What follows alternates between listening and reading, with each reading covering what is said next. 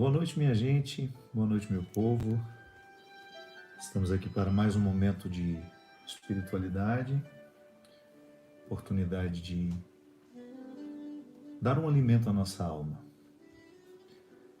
A vida, ela nos oferece muitas situações, muitas realidades que são naturalmente espirituais. Nós temos a religião como um lugar privilegiado da espiritualidade, mas nós também sabemos que as religiões não conseguem segurar a espiritualidade.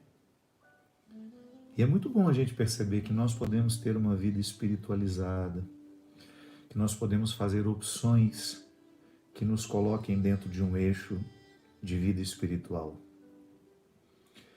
E é até interessante porque a maturidade espiritual que nós podemos experimentar a partir das religiões, seja qual for a sua, a mim fala o cristianismo, a mim sempre foi muito especial conhecer Jesus, fazer dele uma experiência, o cristianismo como uma espiritualidade, uma religiosidade que me propõe uma espiritualidade muito encarnada, um amor a Deus que se manifesta o tempo todo ao amor ao próximo, que se manifesta no amor ao próximo.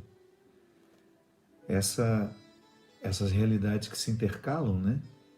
Quanto mais eu amo a Deus, mais eu tenho condições de amar as pessoas. É por isso que nós podemos sentir e identificar o nosso crescimento espiritual assim. Eu sei que não existe uma régua para a gente medir o quanto a gente já é espiritualizado, o quão a gente já é espiritualizado. Mas há um indicativo interessante, que é você perceber o quanto de você já existe, já está disposto a amar as pessoas que passam pela sua vida, a viverem com elas uma experiência de comunhão, de solidariedade. É muito bom a gente identificar que a nossa maturidade religiosa nos deu maturidade espiritual. Eu costumo dizer que, aliás, sobre isso eu escrevi hoje, né? Os nossos filhos são bem mais livres do que nós. Quando eu falo os nossos filhos, é porque eu me coloco nessa história. Eu não tenho filho biológico, mas eu acompanho tantos pais, tantos amigos, e mesmo na minha casa, na minha família.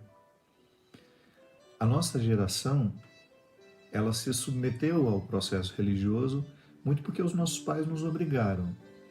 Os nossos filhos, essa geração mais jovem, é uma geração bem mais livre para dizer isso não me serve.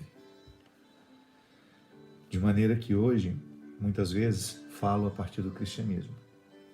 O cristianismo que os nossos filhos muitas vezes rejeitam não é o cristianismo que foi proposto e vivido por Jesus, mas é essa caricatura que às vezes nós transformamos, nós fazemos virar. De maneira que, se a gente propõe o que Jesus de fato propôs, sem os acréscimos e as nossas deformações, dificilmente uma pessoa se recusa até mesmo a reconhecer a grandiosidade do que Jesus propôs. Jesus foi extremamente libertador no seu tempo porque ele fez uma conexão muito direta entre o coração humano e o coração divino. O coração de Deus, nele plenamente manifestado e encarnado, acolheu os que passaram pela vida dele. Por isso que eu sempre penso, reflito e faço questão de que o meu discurso religioso o tempo todo recorde as pessoas disso.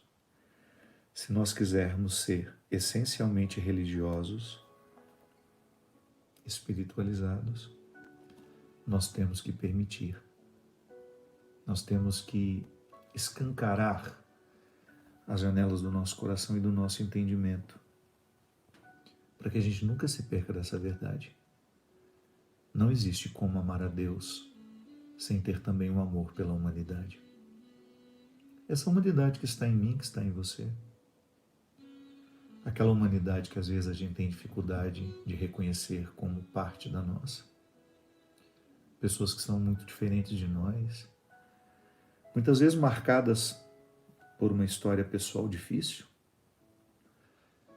Quanto mais eu estudo o ser humano, minha gente, mais eu tenho paciência em compreender os nossos processos.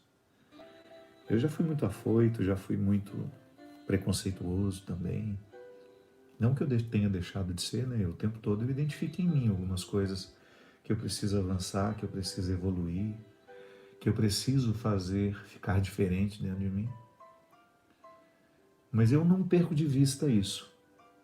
As questões humanas, aquilo que nos torna humanos, doem do mesmo jeito e também nos alegram da mesma forma. Claro, com proporções diferentes, vai depender da história de cada um de nós. O fato é que eu estou aqui, eu sou humano, você é humano. Precisamos de alguma forma dar conta da condição humana, que não é fácil. Não é fácil. Como é difícil você ter que lidar com você. Como é difícil lidar com aquelas partes desconhecidas de você que ainda gritam, que dão ordem. Como é difícil a gente lidar com aquilo que em nós ainda não obedece à nova versão que nós queremos ser. Então, para mim, vida espiritual é isso. É a oportunidade que eu tenho de alguma forma interferir, seja por meio da reflexão, seja por meio da ação, seja por meio da transformação do pensamento, da mentalidade, seja pela reformulação da linguagem. Tudo isso para mim é busca espiritual. Claro que para mim passa pela vida religiosa, porque eu escolhi ser padre, eu escolhi ser um líder religioso nos dias de hoje. E eu quis esse encontro com vocês hoje, porque hoje nós estamos celebrando o Dia de Todos os Santos. Se você não é cristão, você me permita falar do que significa para nós, cristãos, ser santo. É claro que toda vez que nós falamos de santidade, a primeira imagem que nos ocorre é essa visão tradicional dos santos nos altares, nas igrejas, nos procissões, nos andores. Mas eu gostaria que você pensasse comigo o conceito de santidade um pouco antes disso, porque ali nós estamos vendo um resultado da santidade que nos foi apresentado inclusive com características da cultura de cada época. Eu quero que você pense o conceito de santidade hoje. De que forma nós podemos nos aproximar desse conceito e ele fazer sentido para nós? Eu acho que você tenha uma forma de pensar a santidade muito semelhante à minha, que é muito próprio do que a gente escuta. Primeira coisa que nos ocorre, santidade não é uma coisa para nós. Foi para Antônio que virou Santo Antônio, foi para Francisco que virou São Francisco, foi para Clara que tornou-se Santa Clara, Teresa que virou Santa Teresa d'Ávila, Teresinha que virou Santa Teresinha. Mas e quando a gente precisa pensar a nossa santidade? Eu sei que, sem medo de errar, boa parte das pessoas com quem eu converso isso tem essa reação. Não, isso não é para mim. Estou fora disso. Não tenho jeito para isso, não combina comigo, não me imagino em cima desse altar, não me imagino dentro dessa igreja ou sendo carregado no andor. Esqueça isso. Esqueça isso. Eu convivo com pessoas santas, encontro pessoas santas o tempo todo, que nem sabem que são. Primeiro ponto para a santidade ser possível para nós: livrar-nos da pretensão de sermos perfeitos. De uma forma muito equivocada, em algum momento dessa construção cultural, religiosa, nós passamos a identificar santidade com perfeição. Eu não consigo ser perfeito. Não sei você. Nunca consegui. Eu nunca consegui fazer nada na minha vida que eu pudesse dizer com tranquilidade: isso que eu fiz está perfeito. Não. Tudo é marcado pela nossa insuficiência. Eu sou insuficiente nas minhas decisões, eu sou insuficiente na minha forma de pensar, eu sou insuficiente nas minhas ações. Por mais que eu queira, a minha vontade é fraca. Então, se tem uma coisa que eu nunca na minha vida experimentei, foi a perfeição. E é interessante porque o conceito de perfeição, ele perpassou muito a nossa cultura. Ele acontece o tempo todo na nossa cabeça sem que a gente perceba, sem até mesmo que a gente pense sobre ele. Quantas vezes eu me tornei uma pessoa infeliz porque inconscientemente eu estava programado para ser perfeito? Como é que alguém é programado para ser perfeito? A partir da experiência de sermos quem somos, de nascer onde nascemos. Não sei como foi a sua relação com seus pais, com as pessoas que de alguma forma tiveram uma autoridade emocional, afetiva na sua vida. O que eu sei, sem medo de errar, é que muitos de nós fomos criados com a pretensão de que deveríamos ser perfeitos. Inclusive porque a gente fazia uma associação assim: se eu não for perfeito, eu não serei amado, eu não serei querido, não serei aceito. Quantos de nós infelicitamos bons períodos da nossa vida porque a gente queria ser perfeito? Esse problema da perfeição é tão presente na cultura que, inclusive, ele determina muito as nossas relações amorosas. Na literatura está presente, né? Tristão e Isolda são um grande momento da literatura em que o mito do amor romântico. O que é o amor romântico? É o amor perfeito. É o amor do conto de fadas. É o amor das histórias buriladas, acabadas, para provocar-nos aquela sensação de eternidade. Nossa, como é lindo isso! Mas na hora que nós vamos viver, o amor é tão precário. Por mais que você ame, o amor é tão difícil. Ou eu estou mentindo? Ou não é assim para você? Para mim é. Toda vez que eu preciso amar, eu esbarro naquilo que em mim é coragem, mas esbarro também naquilo que em mim é fraqueza. Às vezes, por mais que eu ame, eu não consigo ser fiel. Por mais que eu ame, eu não consigo manter o compromisso. Por mais que eu ame, eu não sou pontual. Por mais que eu ame, eu acabo falando aquilo que não deveria falar. Por mais que eu ame, sem perceber, eu prejudico a pessoa que eu amo. Então, toda vez que eu estou diante do mito do amor romântico, do amor perfeito, eu identifico que ele não me serve. Não é uma roupa que me veste confortavelmente.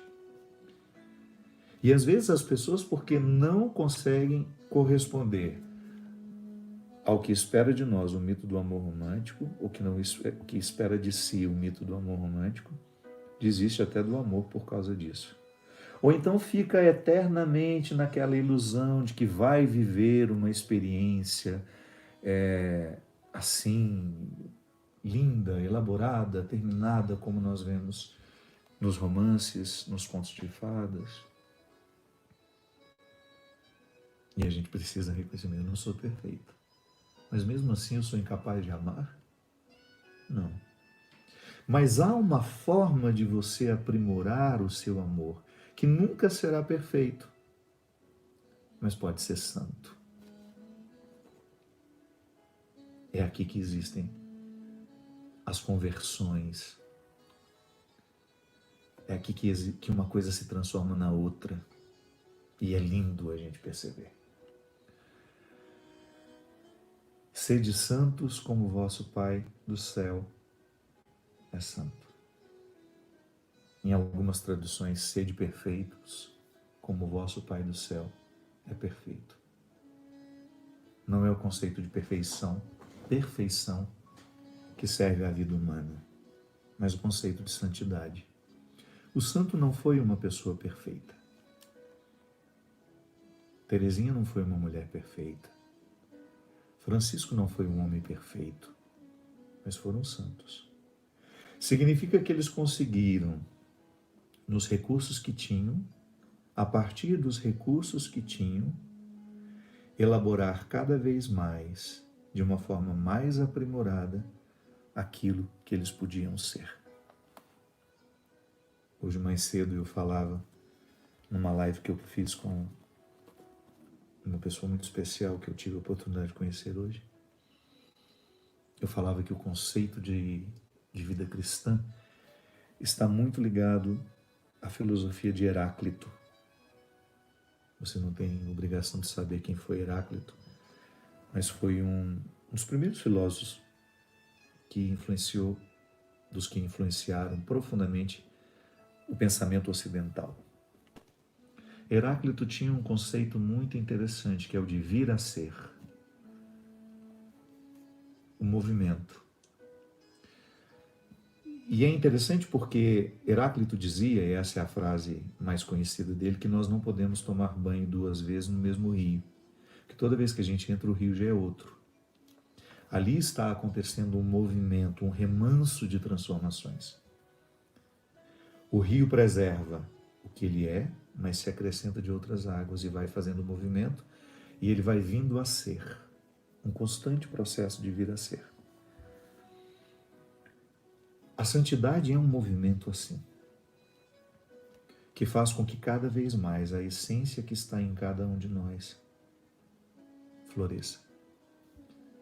Também na live de hoje eu falava de que o grande desafio nosso, líderes religiosos nos tempos de hoje, é recordar a nossa dimensão sublime. Nós somos sublimes. Nós não somos perfeitos, mas somos sublimes. Você é sublime. E eu sei que às vezes você vive esquecido disso, porque lhe falta vida de santidade. E o que é essa tal vida de santidade? É a vida que nos coloca num exercício diário de ampliar a nossa consciência, de ampliar tudo aquilo que em nós nos ajuda a encontrar o eixo de nossa verdade pessoal. A santidade não é possível aos mentirosos, e Jesus foi muito duro quando falou sobre isso. Quando ele fez a crítica dos religiosos de seu tempo, quando ele foi absolutamente incisivo em dizer: a hipocrisia é um grande impedimento para a vida em Deus. Falou com outras palavras, claro. Na hipocrisia, eu não recruto a minha verdade porque eu fico tentando ser o que eu não sou. Fico tentando parecer, ter um remanso que não é o meu, ser um rio que não sou eu. É preciso estar em si. A vida de santidade, que não é uma vida de perfeição, é uma vida de busca, de cultivo, para que a gente não fique vitimados por aquilo que nos retira da santidade. Então vamos reconectar isso daqui. Vida de santidade não é vida de perfeição, mas é vida de busca pela verdade. Hoje eu sei quem eu sou, eu sei os defeitos que eu tenho, mas preciso saber ainda mais. Porque quanto mais eu tomo posse dos meus defeitos, quanto mais você toma posse dos seus defeitos, maior será a sua capacidade de lidar com você. É impressionante. Onde existe alguém querendo ser melhor, onde existe alguém querendo livrar-se daquilo que é miserável, que lhe puxa para baixo, todo um contexto, toda uma ambiência é favorecida. No seu ambiente de trabalho, por exemplo, se cada uma daquelas pessoas que compõem aquele ambiente decide ser cooperativo, ser cooperativa, deixar de lado a fofoca, deixar de lado o preconceito, o ambiente de trabalho fica ótimo, fica muito melhor. Porque ali existe uma busca. Mas as pessoas estão sendo perfeitas? Não. Elas continuam errando. Só que elas erram menos porque elas estão mais conscientes dos erros que já cometeram na vida. Como é que eu identifico que a santidade está acontecendo em mim? Quando eu percebo que não sou tão vítima mais daquilo que antes me fazia cair. Então, se eu tenho a tendência à fofoca, toda vez que a minha língua coça para falar, eu posso até começar, mas de repente, meu Deus, não é isso que eu estou querendo para mim. Toda vez que eu exponho a vida de alguém, toda vez que eu falo mal de alguém, eu estou me expondo muito mais do que estou expondo aquela pessoa. O que me agrega como ser humano falar mal de alguém? Isso é vida de santidade.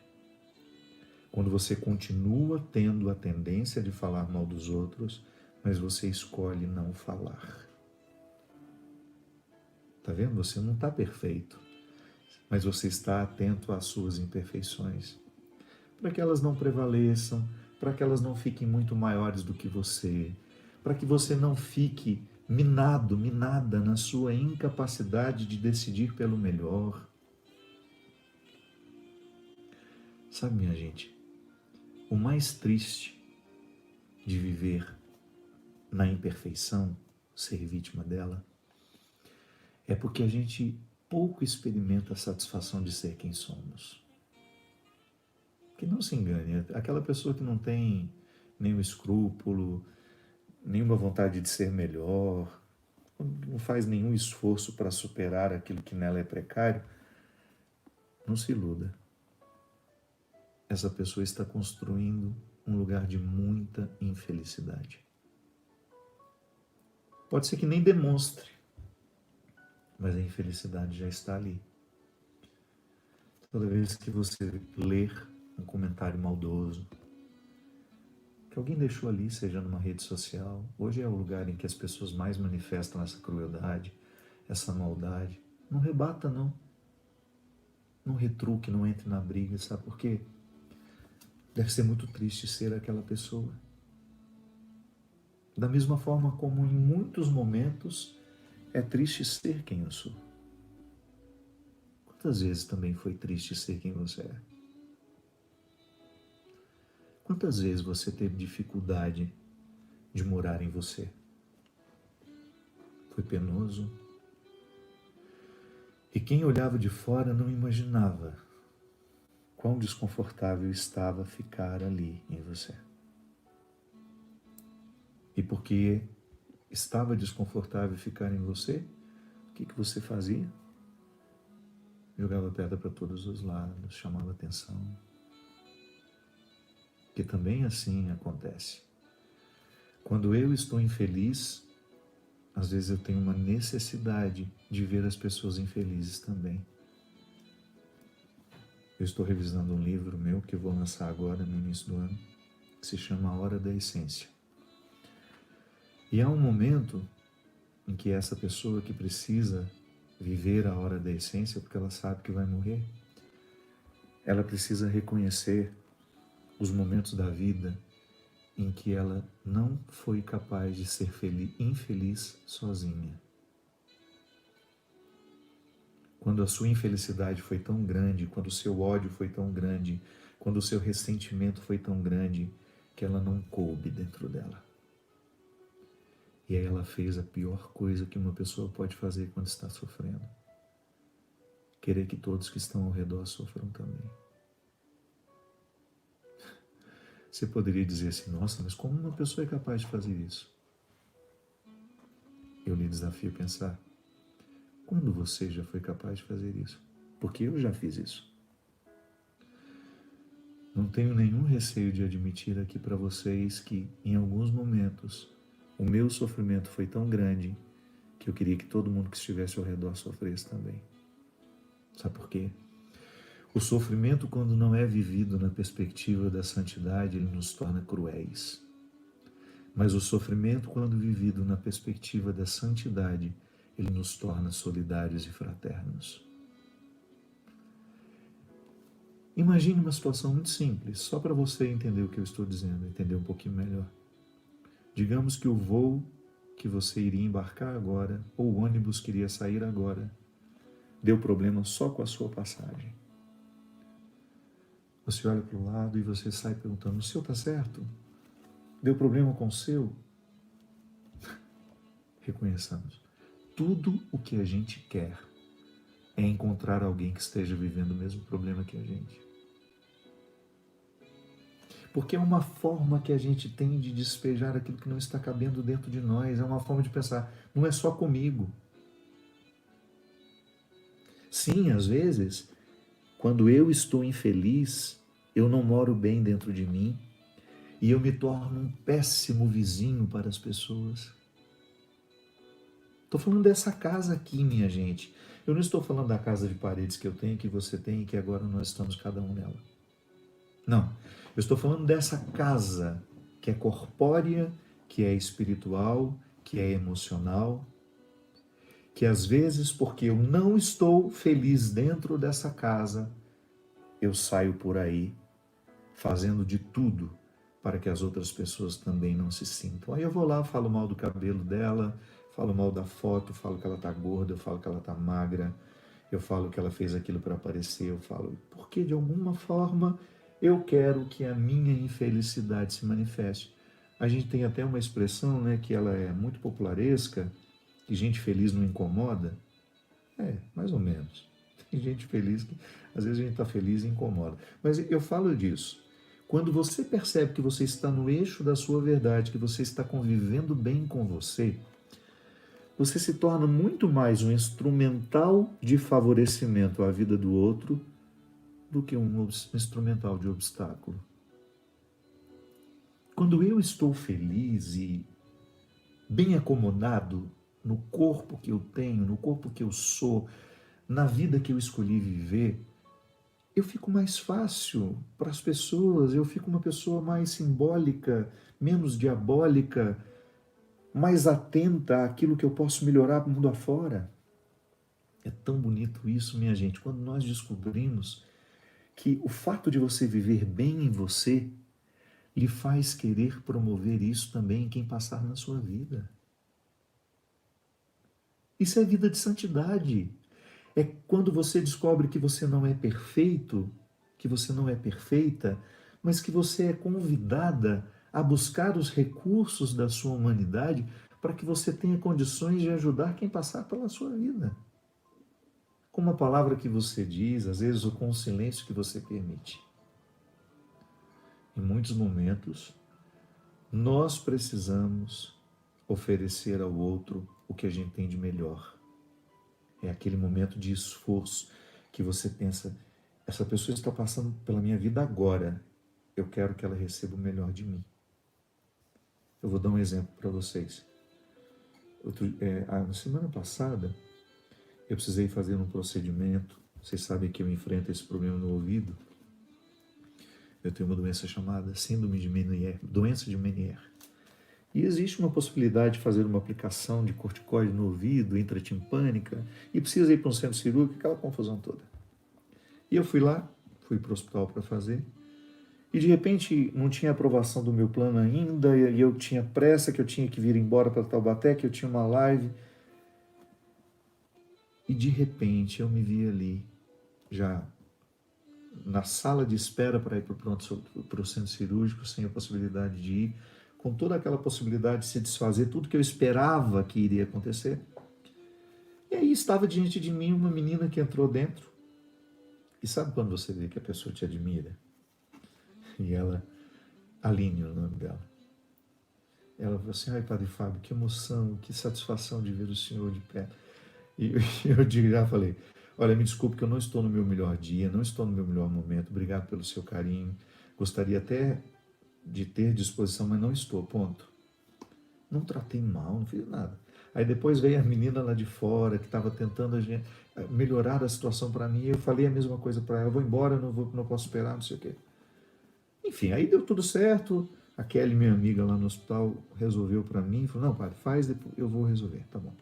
Eu fui, fiz o que eu tinha que fazer, não consegui vir para Taubaté, não deu tempo, fiquei por lá, fiz a minha participação lá na live, e depois que tudo terminou, gente, me deu uma sensação de fracasso.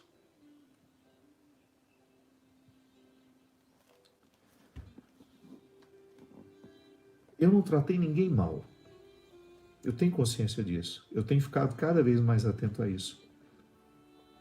Eu já tive muitos rompantes de raiva na minha vida, muitos, dos quais eu me arrependi amargamente. Eu sou muito a flor da pele, então eu me emociono muito rápido, eu me irrito muito rápido, eu amo muito rápido, tudo em mim muito rápido. Então eu preciso ter um cuidado muito grande com as minhas emoções, porque eu posso ter uma explosão ali, do nada. Eu não tratei ninguém mal, eu tenho consciência disso. Mas como aquilo me fez mal? Eu fiquei pensando. Eu estava ali, aquelas pessoas queriam me servir da melhor forma, só que existiam impedimentos técnicos para que as coisas acontecessem exatamente como eu queria. Faltou uma programação minha, talvez, de ter avisado antes que eu precisava fazer aquilo.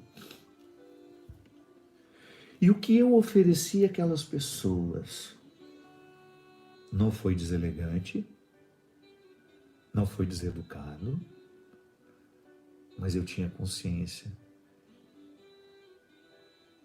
de que não foi nada do que eu poderia oferecer. Eu pergunto para você, isso deveria me incomodar? Sim, a mim incomoda.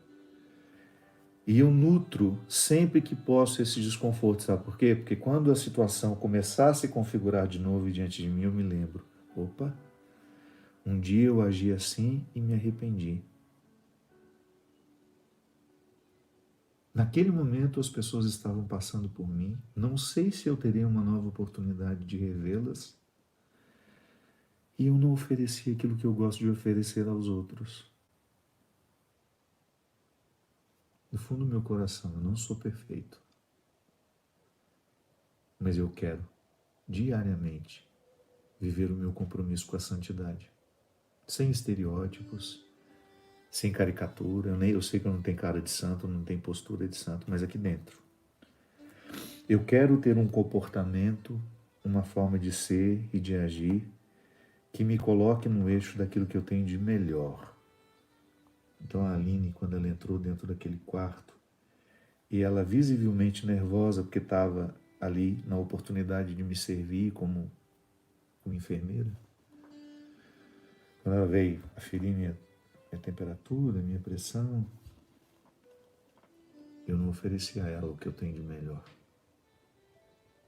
Que é aquilo que a minha mãe me ensinou, que a religião me ensina todo dia, que é bom quando você é uma pessoa alcalina. Tem muita gente ácida. Os ambientes são emocionalmente ácidos e o lugar ácido, ele é propício ao nascimento do câncer. O nosso estômago, quando ele está excessivamente ácido, quando você tem aquele refluxo, nada é mais desconfortável. E eu sei o significado do alcalino. Eu quero ser. Para mim, vida de santidade é isso. É o que o Evangelho hoje fala. O Evangelho hoje é comumente chamado como Sermão da Montanha. Tem frases lindas. Jesus fala assim: felizes os pobres de coração, deles é o reino dos céus. Naquele momento, o meu coração não foi pobre. Por quê?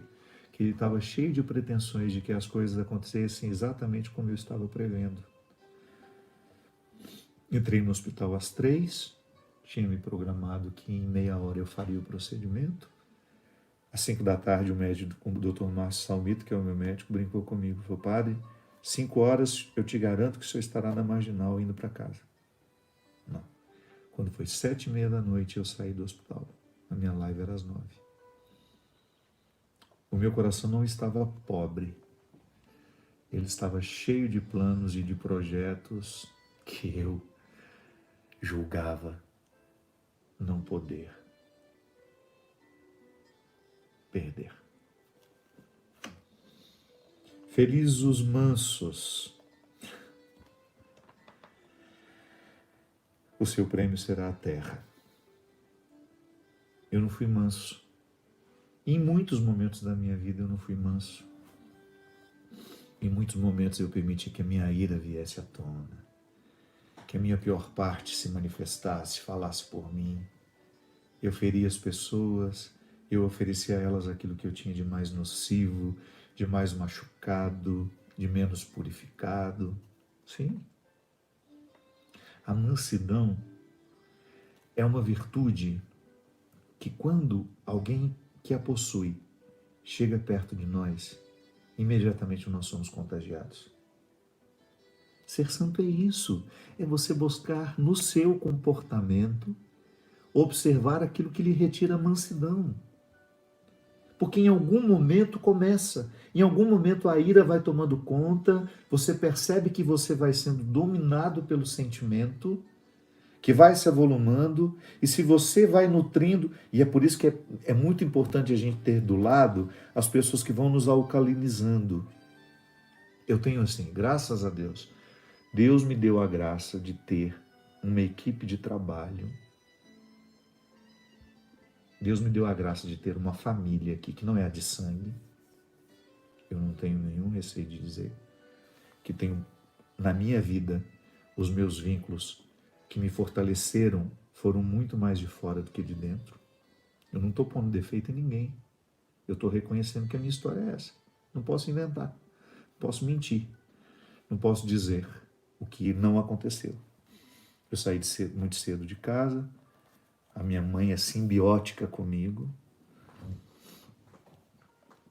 uma simbiose maior, de maneira especial, com as minhas duas irmãs que morreram.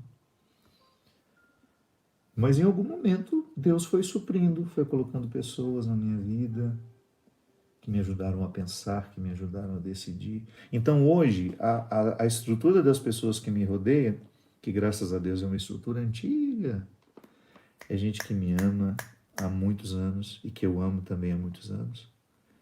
Aqui dentro dessa casa, a intimidade ela é construída com muita verdade. Então, toda vez que alguém está percebendo que o meu pior está vindo para fora, vem cá e alcaliniza. A mesma coisa eu. Quando eu percebo que o pior das pessoas está sendo estimulado, eu vou lá com a minha presença e tento amenizar. Isso para mim é santidade. Isso é viver uma família. Isso é viver em santidade familiar. Nós não somos perfeitos, mas a gente busca. Toda vez que a mansidão está fazendo as malas para ir embora, a gente, opa, vem cá. Lamentavelmente, naquele momento do hospital, eu estava sozinho. E ali eu reconheci como que para ser uma pessoa melhor você precisa estar bem acompanhado. É claro, numa próxima oportunidade que coisa der errado, eu quero estar ali, eu mesmo ser o meu conselheiro. Felizes os misericordiosos, eles alcançarão misericórdia. A misericórdia é um conceito essencial à vida de santidade. O que é miserere? Sentir a miséria do outro. O sentimento, ou melhor, o coração misericordioso é aquele que abraça. Eu até estou com uma camiseta, né, que não sei quem foi que me deu. Amor em Ação. É velha essa camisetinha, tem. É um grupo que gostava de mim. Padre Fábio de Mello. Amor em ação, é isso aqui. Ter o coração misericordioso é você ter o amor em ação. Vida de santidade é isso. Eu não sou perfeito, meu amor não é perfeito, mas eu estou atento para que ele seja misericordioso. Quando eu vejo alguém sofrendo, eu imediatamente sou arrebatado pelo sofrimento do outro. Mas eu não sou um mero espectador. Eu quero ser uma lança que entra lá onde sofre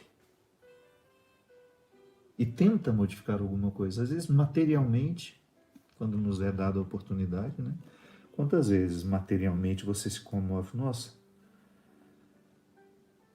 tem uma historinha essa semana eu escutei, não foi porque ele quis contar não, foi por acaso.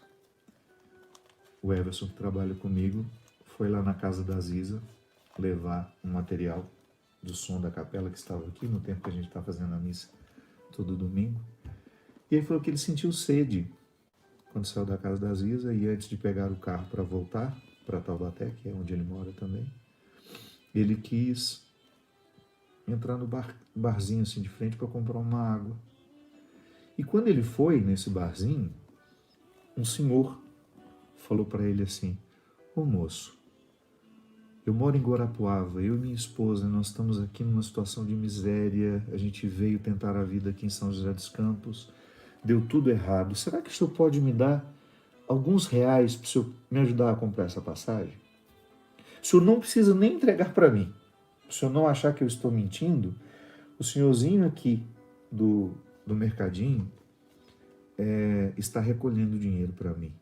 E na hora que tiver o valor, eu vou. Ele vai comprar para mim a passagem. Aí o Everson olhou para o senhorzinho concordou, falou, é verdade. E o Everson imediatamente identificou que ali existia verdade naquela história.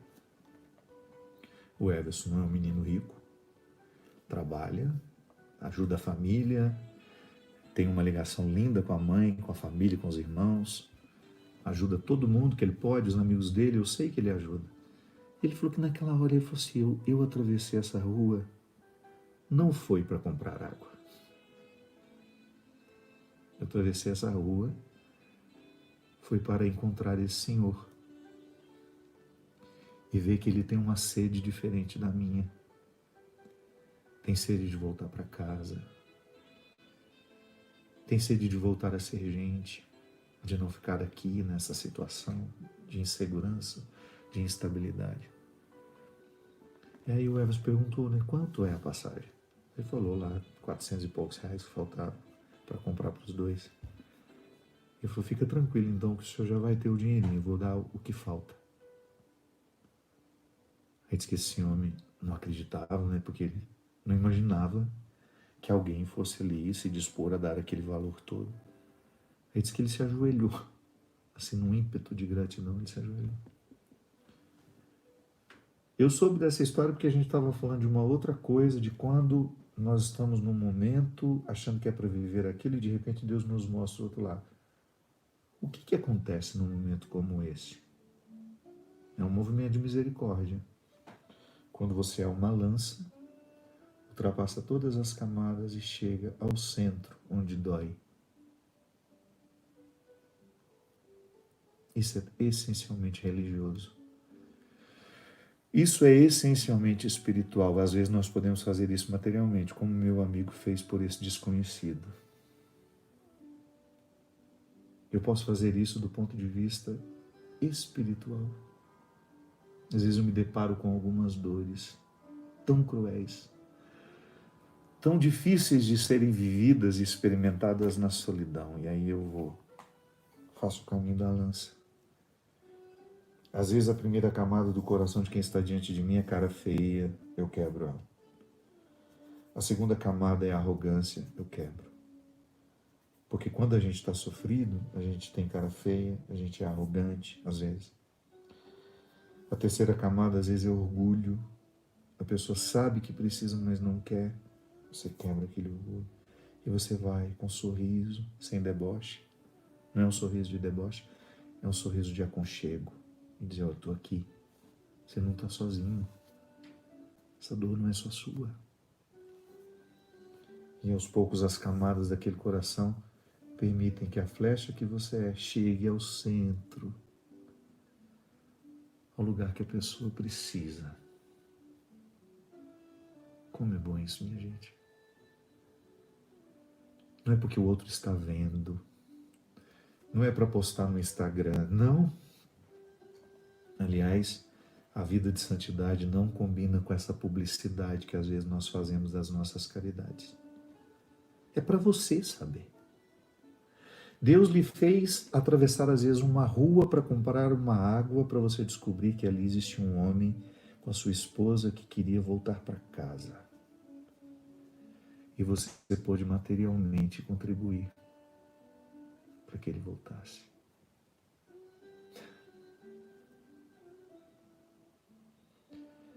Aí você descobre que não era para você ir àquele barzinho, não era para você estar ali, e de repente a situação se fez. Eu costumo pensar que existem caridades que Deus só vai nos permitir fazer, eu e você. Algumas dores Deus vai lhe permitir ver. Tanta gente está ali, mas só você viu. É porque Deus quer que você faça. Sim, misericórdia é isso. É quando você percebe que o seu coração é uma flecha que ultrapassa todos aqueles obstáculos que aquela pessoa está colocando e de repente você atinge. Você sente com ele aquela dor que era tão solitária passa a ser sua. Aquela dor que era tão solitária, tão sozinha, você acompanha. Isso é santidade, minha gente. E esse projeto não é para pessoas perfeitas. Eu não sei o quão você já foi machucado por compreensões equivocadas, que muitas vezes nos chegam pelos discursos religiosos. Quantas vezes você ouviu sobre Deus assim, meio do outro lado da rua, pensando, esse discurso não é para mim, isso é para os beatos que frequentam a igreja. Essa realidade não é para mim, é para o outro. Quantas vezes você se autodesprezou porque pensava que você era imperfeita demais para poder ser colaboradora, ser colaborador de Deus? Eu digo isso, sabe, porque tudo que eu falo para você, eu falo para mim. Quantas vezes na minha vida eu me desprezei. Eu acreditei na palavra dos que me desprezavam, dos que não acreditavam em mim. Essa semana eu desenterrei um sentimento que eu sempre fui um menino assim, muito tímido, mas eu era aquele que promovia a graça sem que os outros percebessem, que era eu que estava fazendo. Então os amigos mais próximos me conheciam bem, assim, sabia que eu era meio debochado, irônico, mas eu não era aquele aluno que fazia o estardalhaço. E eu me lembro que o primeiro movimento que eu tive na direção da igreja foi logo quando eu precisei fazer minha crisma. E eu me lembro que eu fui convidado pela Laide, que é a mãe da Tânia, aquela que está sempre comigo, lá de Formiga. A Laide me convidou a ser catequista. Era estranho, né? Porque eu ia ser crismado e já era catequista. E eu me lembro que eu fiquei tão feliz com o convite, eu ia ajudar a conduzir o processo que eu estava participando, né? Ela viu em mim assim, sei lá o quê. Eu aceitei. E eu me lembro que eu tinha uma amiga lá em Formiga que estudava comigo, Ariadne. Vai ver, ela nem sabe disso. Ela me disse, e na hora eu me lembro que a Ariadne era uma pessoa que, não sei se era Ariadna ou Ariadne. Eu só sei que eu fui todo feliz contar para ela, Ariadne, eu vou dar catequese. Ela olhou e falou assim, a pessoa menos indicada para isso. Ai, meu Deus. E eu me lembro que de vez em quando isso vinha na minha cabeça, mas essa semana veio muito. Porque eu fiquei pensando nos muitos processos em que eu não demonstrei, né, ser a pessoa certa. Ou porque as pessoas te olham apressadamente, ou porque elas de fato têm razão naquilo que estão dizendo. Não vem ao caso. Eu sei que todas as vezes que eu me lembro, que eu preciso pensar de como foi difícil ultrapassar todos aqueles que não acreditaram em mim, a frase da Ariadne sempre me vinha na cabeça. Você é a pessoa menos indicada para isso. Eu escutei isso muitas vezes, quando entrei para o seminário, quando os meus amigos foram deixando de ficar no seminário e eu fui ficando, os que entraram comigo desistindo e eu ficando. Quantas vezes? Então eu sei muito bem o que você sente quando você não é reconhecida como uma pessoa indicada para ser de Deus, ou para ser um lugar de Deus, ou para ser um instrumento de Deus no mundo. E estou acostumadíssimo, eu não entrei pela porta da frente. E se hoje eu me sento à mesa, é porque eu sou teimoso, não é porque eu sou perfeito, eu sou teimoso. Eu não desisto. Eu sei que Deus acredita em mim, mesmo quando todos não acreditam. Eu sei que Deus espera por mim, mesmo quando os outros não esperam mais. Então, por isso eu tenho tanta facilidade de me identificar com os que não se sentem convidados à festa. Eu acho que por isso tanto eu quis esse momento hoje. Por isso eu quis tanto que a espiritualidade do dia hoje pudesse me colocar diante de você. Apesar de não sermos mais de 40 mil pessoas aqui no Instagram, não sei quanto temos no YouTube. Eu quero falar com você, sozinho, sozinha. Como se você estivesse aqui, nessa minha salinha aqui, no meu escritório. Como se você estivesse comigo. Só nós dois aqui. E eu pudesse escutar de você. Quantas vezes você duvidou de você? Quantas vezes você se interpretou muito pior do que você é? Quantas vezes você trocou o que Deus sabe sobre você por aquilo que os outros acham? Quantas vezes você desconsiderou a sua luta, a sua batalha, porque você achou o resultado do outro melhor que o seu? Quantas vezes você foi injusto com você? Porque você considerou o que você não tinha e esqueceu aquilo tudo que estava à sua disposição? Quantas vezes você desistiu? Quantas vezes você não ficou até o fim? Quantas vezes você cruzou a linha de chegada em último lugar e ninguém estava lá para lhe esperar? Quantas vezes você não foi festejado? Quantas vezes você não provocou alegria porque acabou de chegar? É com você. É com você que hoje, no dia de Todos os Santos, eu quero conversar. Eu quis conversar. Porque a mim ocorre diariamente essa certeza. O meu trabalho, a minha vida, a minha dedicação é encontrar os que geralmente não estão dentro da minha sala, os que não entram na minha igreja, os que não têm as vestes da festa. Eu não tenho dúvida de que o meu trabalho, o que Deus me pede, é encontrar os que há muitos anos eu não quis encontrar. Porque eu tinha aquela ilusão de que se eu estivesse com pessoas melhores do que eu,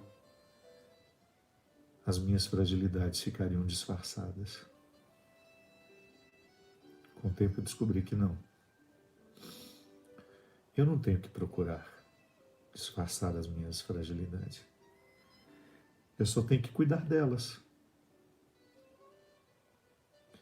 E eu quero estar com quem queira a mesma coisa. Não quero as pessoas perfeitas, porque elas não existem. Eu quero as pessoas reais. E eu quero estar com elas, porque estando com elas eu me sinto mais verdadeiro. Por isso eu quero estar com você. E quero que você acredite da mesma forma como eu pude acreditar. Se o processo religioso lhe jogou fora, se em algum momento da sua vida uma autoridade religiosa, um discurso religioso colocou uma oposição entre você e Deus, ouse retirar esse obstáculo. A vida de santidade é para você, sim. E vida de santidade é cultivo diário, é luta constante de nunca permitir que o pior prevaleça. Que os detalhes da sua personalidade, que não são muito iluminados, que não são bonitos, que eles aos poucos percam a força, que você lide melhor com você. Que você não se sinta excluído, que você não se sinta fora. Que a sua coragem seja infinitamente superior àqueles que lhe desanimam. Bem-aventurados os puros de coração, porque só eles verão a Deus. Eu sou líder religioso e posso dizer que a pureza de coração não é um privilégio de religiosos. Pelo contrário, às vezes é o lugar onde a gente menos encontra pureza de coração nos meios religiosos. Portanto, não tenha medo. Não se sinta excluído. Sabe aquelas baladas chiques que a gente gostaria muito de ter um nome lá para a gente poder entrar? Pois é. Na lista do reino dos céus o seu nome está. E ninguém vai retirar. Na lista que nos dá acesso a Deus, o seu nome está inscrito definitivamente. E se alguém na portaria ousar dizer que você não foi convidado, não acredite. Não há nada que você tenha feito ou que você possa fazer que modifique a decisão de Deus de estar em você, de florescer em você, por você, através de você. Não há nada, absolutamente nada, que modifique essa decisão divina. É com você que eu quis falar. Você que tem dificuldades de acreditar que Deus ama você, por aquilo que você fez, ou por aquilo que você deixou de fazer.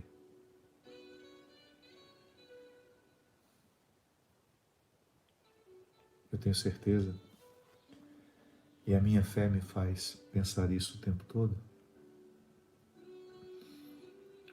que a Adélia Prado tem razão.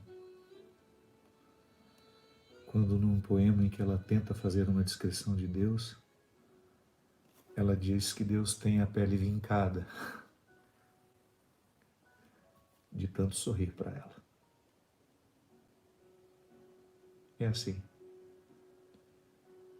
Que Deus lhe ajude nas suas lutas, que Deus lhe fortaleça nas suas batalhas, que Deus lhe conceda a graça de nunca se prender, de nunca se prender aos olhares que lhe desprezam, de nunca permitir que a última palavra seja daquele que lhe condena. Que você desafie a ouvir a voz que lá no íntimo, que quando não está sob os obstáculos dos que gritam ao nosso redor, nos garante, nos dá a certeza de que o nosso lugar na lista continua. O banquete está posto e você será eternamente convidado. Chegue quando quiser. Venha quando quiser. É Deus a lhe dizer que hoje, no dia de todos os santos,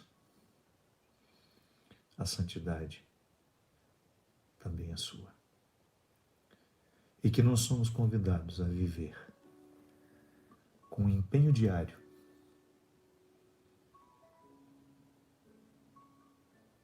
para que a nossa santidade floresça da maneira mais bonita, mais simples.